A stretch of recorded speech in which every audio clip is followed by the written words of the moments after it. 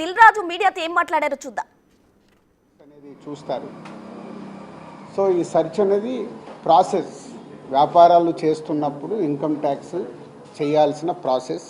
అలాగే మా మీద కానీ అదర్ వేరే ప్రొడక్షన్ హౌజెస్ మీద కానీ ఫైనాన్సర్స్ మీద కానీ నిన్న సెర్చెస్ అన్నీ ఉన్నాయి. పోతే మా దగ్గరకు వస్తే మా కుటుంబం మీద ఏదైతే ఆఫీస్ ప్లేస్ ఉందో ఆఫీస్ దగ్గర ఈ సెర్చ్లు జరిగాయి.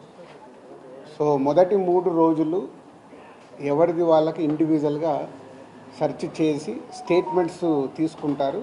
అయిన తర్వాత లాస్ట్ డే నిన్న ఆఫీస్లో కన్క్లూడ్ చేస్తారు. సో మా హౌజెస్లో జరిగిందా కానీ ఆఫీస్లో జరిగిన దాంట్లో కానీ చాలా రిపీటెడ్గా వేసిన కొన్ని ఛానల్స్లో కానీ సోషల్ మీడియాలో కానీ ఇంత డబ్బు దొరికింది, ఇంత డాక్యుమెంట్స్ దొరికాయి, అది దొరికింది అనేది కొన్ని హైలైట్ చేశారు. ఎక్కడ కూడా మా దగ్గర డబ్బు కానీ డాక్యుమెంట్స్ కానీ ఐడెంటిఫై కానీ మా దగ్గర నుంచి వాళ్ళు తీసుకున్నది కానీ లేదు.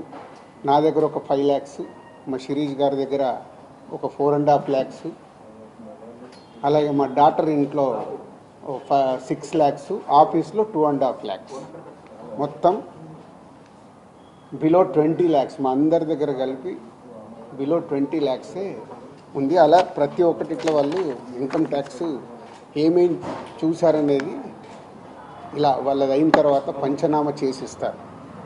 సో క్యాష్ రూపంలో అది. అలాగే 5 సంవత్సరాల నుంచి మేము ఎక్కడ ప్రాపర్టీస్ కానీ వేరే దాంట్లో ఇన్వెస్ట్మెంట్ చేయడం కానీ ఎక్కడ ఏమీ జరగలేదు. అది కూడా డిపార్ట్మెంట్కు టోటల్గా అందరి దగ్గరికి వెళ్ళి క్లియరెన్స్ చేసుకున్నారు. ఇది క్లీన్, ఎక్కడ డాక్యుమెంట్స్ కానీ అలాంటివి ఎక్కడేం లేవు. అలాగే బిజినెస్ దాంట్లో ప్రొడక్షను, డిస్ట్రిబ్యూషను, థియేటర్ సైడ్ ఉన్నాం కాబట్టి వాళ్ళకి అన్నీ డీటెయిల్గా కావాలి. డీటెయిల్ అంటే ప్రొడక్షన్ ఎలా జరుగుద్ది, ప్రొడక్షన్లో 24 క్రాఫ్ట్స్ ఉంటాయి. ఆ 24 క్రాఫ్ట్స్లో లావాదేవీలు ఎలా ఉంటాయి ఒక్కొక్క సినిమాకి. సో ఆ డీటెయిల్స్ అన్నీ వాళ్ళు తీసుకోవడం జరిగింది. అలాగే డిస్ట్రిబ్యూషన్ సైడ్ ఎలా ఉంటుంది, ఎగ్జిబిషన్ సైడు ఎలా ఉంటుంది అనేది వాళ్ళన్ని డీటెయిల్స్ అడుగుతూ అందరి దగ్గర తీసుకొని ఫైనల్గా నా దగ్గర నిన్న ఇవన్నిటిని ఎవరెవరు ఏమేమి స్టేట్మెంట్లు ఇచ్చారు, ఏముంది అనేది ఫైనల్ నాతో నిన్న కన్క్లూడ్ చేశారు. డిపార్ట్మెంటే ఆశ్చర్యపోయింది. అంటే ఇంత దిల్రాజు గారిని మేము ఏదో ఎక్స్పెక్ట్ చేసాం, అలా ఉంటుంది ఇలా ఉంటుందని సెర్చ్ జరిగేటప్పుడు దే ఆర్ వెరీ హ్యాపీ. వాళ్ళకు మాకు జరిగిన కోఆపరేషన్లో కానీ దాంట్లో కానీ they are very happy department. ఫర్దర్గా ఆడిటర్స్ డిపార్ట్మెంట్ ఉన్నదాని మీద వాళ్ళు క్లారిటీ చేసుకుంటారు. అన్ని బుక్స్ ఆఫ్ అకౌంట్స్ కరెక్ట్గా ఉన్నాయా, ఇవేమున్నాయి లాస్ట్ 5 years అని అవన్నీ వాళ్ళు చేసుకొని కన్క్లూడ్ చేస్తారు.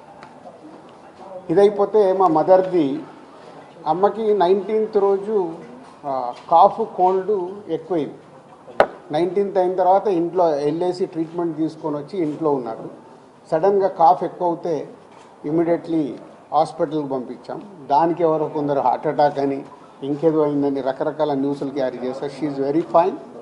జస్ట్ 2 రోజులు, షీఈ్ 81 ఏజ్, 2 రోజులు హాస్పిటల్లో ఉండి ఇప్పుడు డిశ్చార్జ్ అయ్యి వస్తున్నారు. She very normal. Lungs infection కొంచెం పెరగడం వల్లే కాఫ్ వచ్చింది, దానికి ట్రీట్మెంట్ తీసుకొని వస్తున్నారు. సో దయచేసి నేను మీడియా వారిని 4 రోజులు జరిగింది కానీ ఇది కానీ మీకు తెలిసిందో తెలియందో హైలైట్ చేసుకుంటే వేయకండి. నేను ఎప్పుడు రిక్వెస్ట్ చేస్తుంటాను. అంటే ఇప్పుడు నా మీద మీకు ఎంత క్యూరియాసిటీ ఉంటుందో ఒక సెలబ్రిటీగా, అలాగే చాలామందికి అది ఉంటుంది. తప్పుడు న్యూస్ వెళ్ళినప్పుడు అక్కడ వాళ్ళకి ఇటు మాకు తెలిసిన కుటుంబాలు కానీ ఇష్టపడే వాళ్ళు కానీ తప్పు న్యూస్లు వెళ్తాయి. దయచేసి మళ్ళీ నేను ఎప్పుడు చెప్పేదే మళ్ళీ చెప్తున్నాను, తప్పుడు న్యూస్ని బయటికి తీసుకెళ్ళకండి. Okay, thank you. ఎందుకు చేస్తారయ్యా?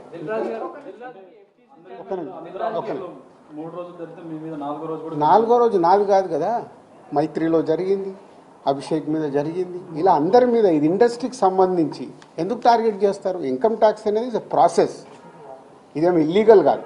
ఇన్కమ్ ట్యాక్స్ అనేది ప్రతి ఒక్కరికి, మీరు కూడా టీడీఎస్లు కడతారుగా, ఎందుకు కడతారు? కాంగ్రెస్ గవర్నమెంట్ లో అస్సలు తప్పు. ఇవే అంటున్నా, రాంగ్ న్యూస్లు మీ ఇష్టంకి వచ్చినాయి అనేసుకొని ఏయడం ఎందుకు? అభిషేక్ అగర్వాల్ కూడా ఉన్నాడుగా, మైత్రి కూడా ఉందిగా, వాళ్ళకు ఉన్నదాని మీద 18 ఇయర్స్ అయింది. మా మీద సెర్చ్ జరిగి 18 ఇయర్స్, ఏమో 2 ఇయర్స్ కాలేదు, 3 ఇయర్స్ కాలేదు. అంటే ఆఫ్టర్ 18 ఇయర్స్ దిస్ వాళ్ళు ప్రొసీజర్, ఇన్కమ్ ట్యాక్స్ ప్రొసీజర్లోనే జరిగింది, ఎక్కడ ఏమీ లేదు.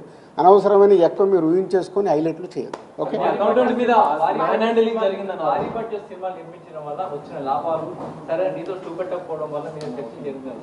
నా దగ్గర కాదండి, మొత్తం జరిగితే మళ్ళీ మీ దగ్గర అంటారేంటి? తర్వాత వాళ్ళని కూడా అడుగుతాం. సో అన్ని జరుగుతాయి.